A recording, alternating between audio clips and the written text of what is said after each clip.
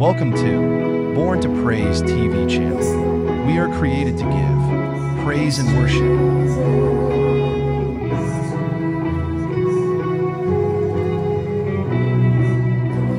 Nakra sa Ginoo, mo'y makatestify nga the Lord is good.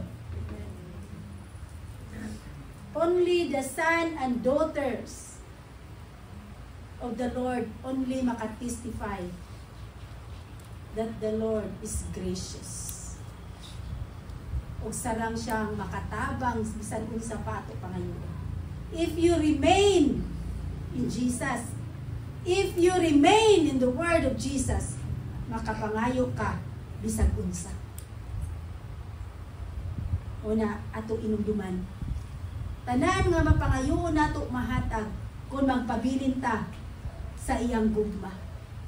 Kung magpabilin ta sa iyang pulong. Tun kay ang pulong mao ang Dios. So sa diyang gisulti ang pulong, siya mismo ang Dios. Mo na nga ato jud tagamtamon. Hatagan jud nato glasa diri sulod sa atong kasing-kasing. Nganing atong pag-alagad bisan tuman ta kalayo. Natay mga igsuon nga gikan pa sila sa Shaton sa Sibulan, Shaton, Salngan. Pagkalagyo wala tay dugol diri, ana day. Oh. Lagyo kaayo. Pero ang gugma sa Ginoo, maoy nagprotect nila because only the Lord detect the hearts. Sino man nakadetect sa inyong mga kasing-kasing? Bisa maghilak pa nga, diri na gyud mo pabilin na gyud mo diri ha. Dili na na mabuhat why? Wala ni makakita sa inyong kasing-kasing. Only the Lord. Mo na nga, samtang may kinabuhi mi. Samtang doon na mi kusog. Samtang bisan usahay mo kamalatyo na ning itsura. Doon kay dunay mga kakapoy sa panlawas. Still nag-volunteer me to serve the Lord. Ganong volunteer ako gingon. Wala may nagsweldo na mo. Bisag piso. Mo na ato ibutang sa atong mind. Dili sama sa ubang mga pastor nga naa sila honorarium nga ginadawat kada bulan. Pero kami wala. Amo gi-volunteer ang among kaugalingon to serve the Lord tun kay kining tanan dili mahimong kawang. Your labor in the Lord is not in vain.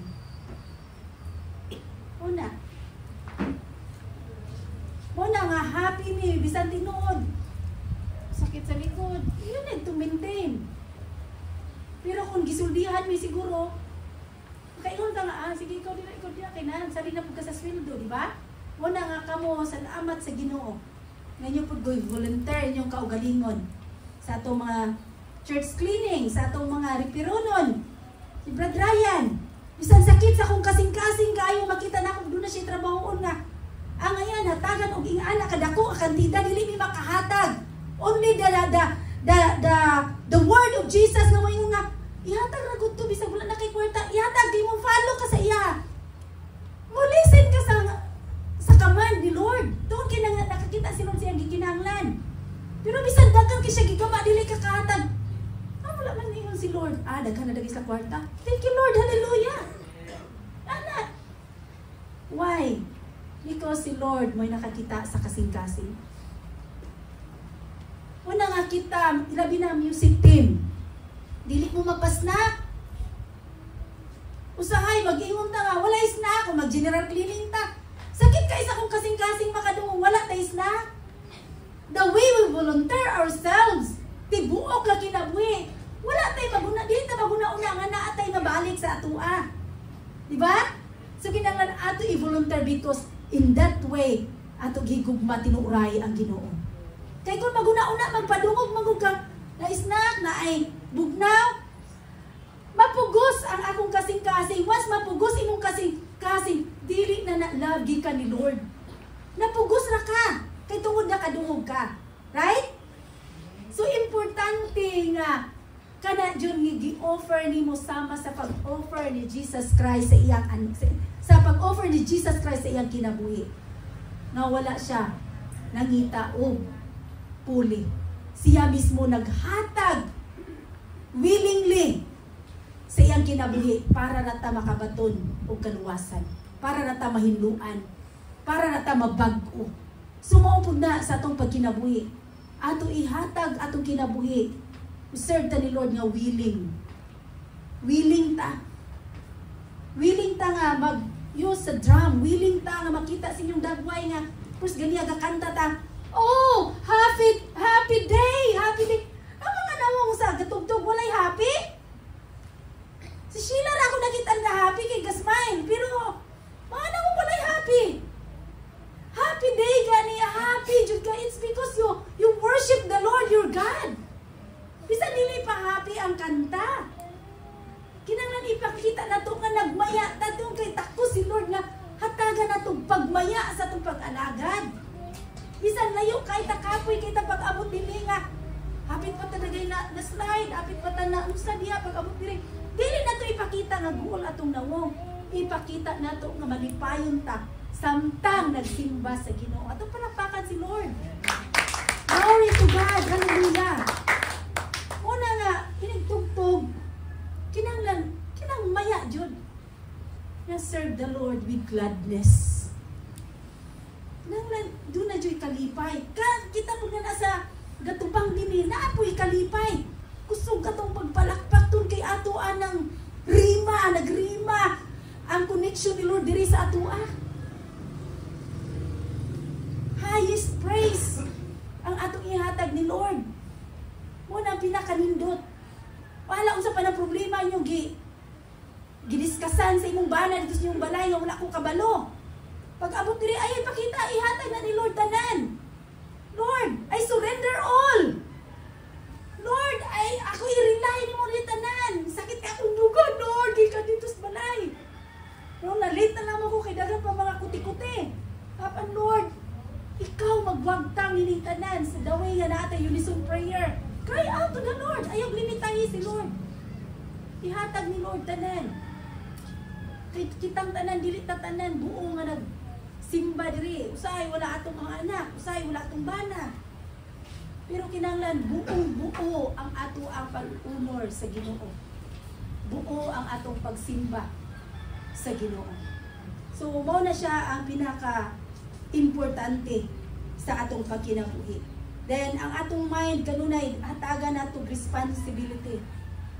Ang sa mga responsibility sa atong mind ipa-renew gina kanunay kung dunay daot ang atong mind. Kinahanglan ma-renew gina siya. Call on the name of the Lord dayon. Kinahanglan ma-renew siya sige.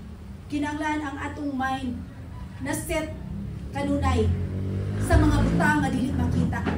Ang atong mga mata masintro sa mga butang nga dili nato makita. Kay makahugno sa imong pag-alagad kung kanunay ka nakapokus sa butang imong makita. So ato i-set ang ato ang mga mata.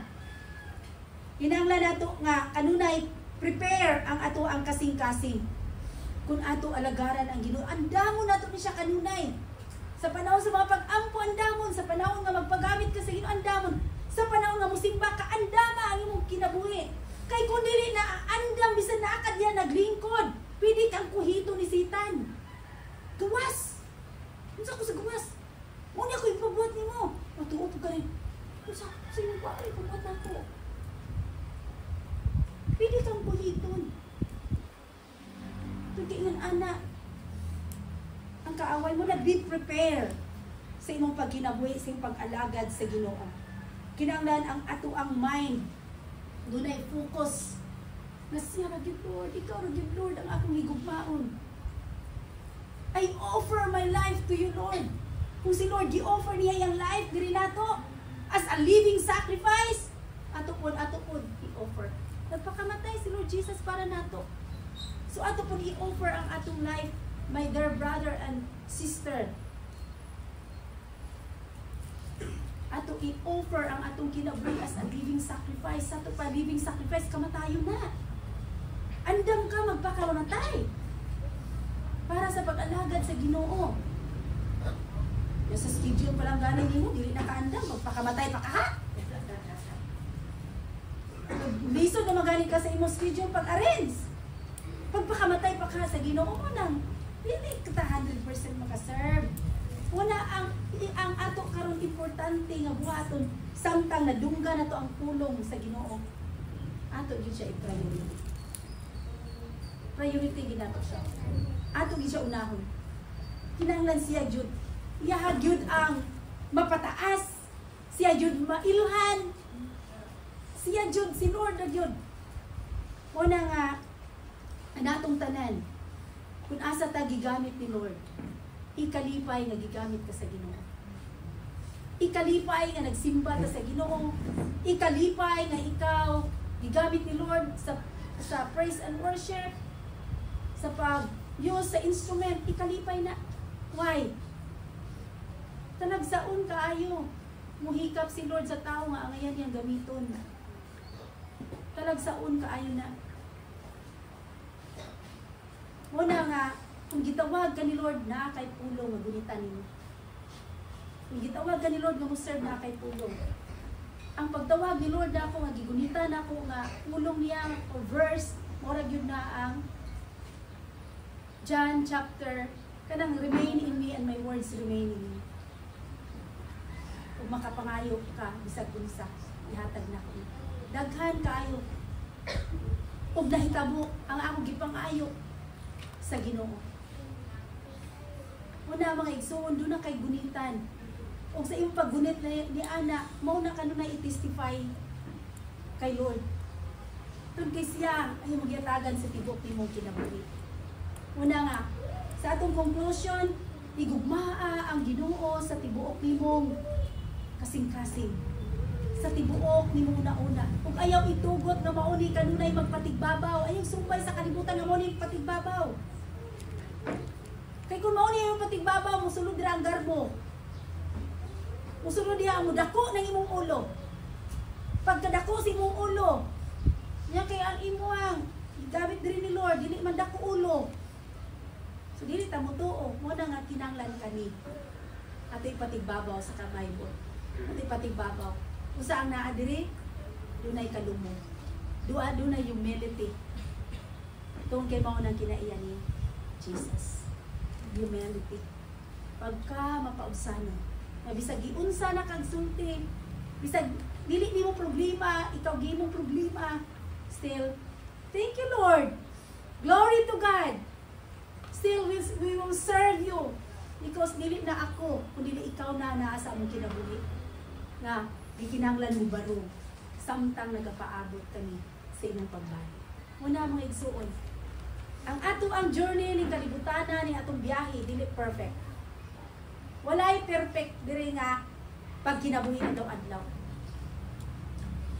Naa na kanunay ang balatian. Dili ta maingon nga wala na because subject to decay. Naa pud ang mga pagsulay. Naay problema. Aron nga pinaagi sa problema, mailhan ka how strong you are. Mailhan ka kung giunsa kapag love ni Lord. Kung love ka ni Lord, proteksyonan ka niya. Pero kung dili na ka love ni Lord, dili na ka niya proteksyonan. Dili na ka niya i-forgive. Galing kay love, na love ka ni Lord. Una, bisan pa unsa kadaghan kay problema, still nagpabilin ka. Because palangga ka sa Ginoo.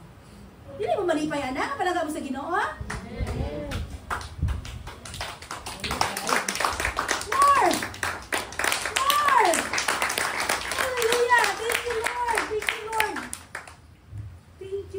Palangga ta ni Lord. Kung dili ta palangga ni Lord, di na ta kamata. Kung dili ta palangga ni Lord, dili na ni kalakaw atong mga tiil.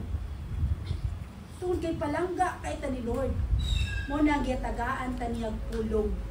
Aron i-preserve gihapon niya ang love na iyang gibutang diri nato. Next on Born to Praise TV channel, we are created to praise and worship.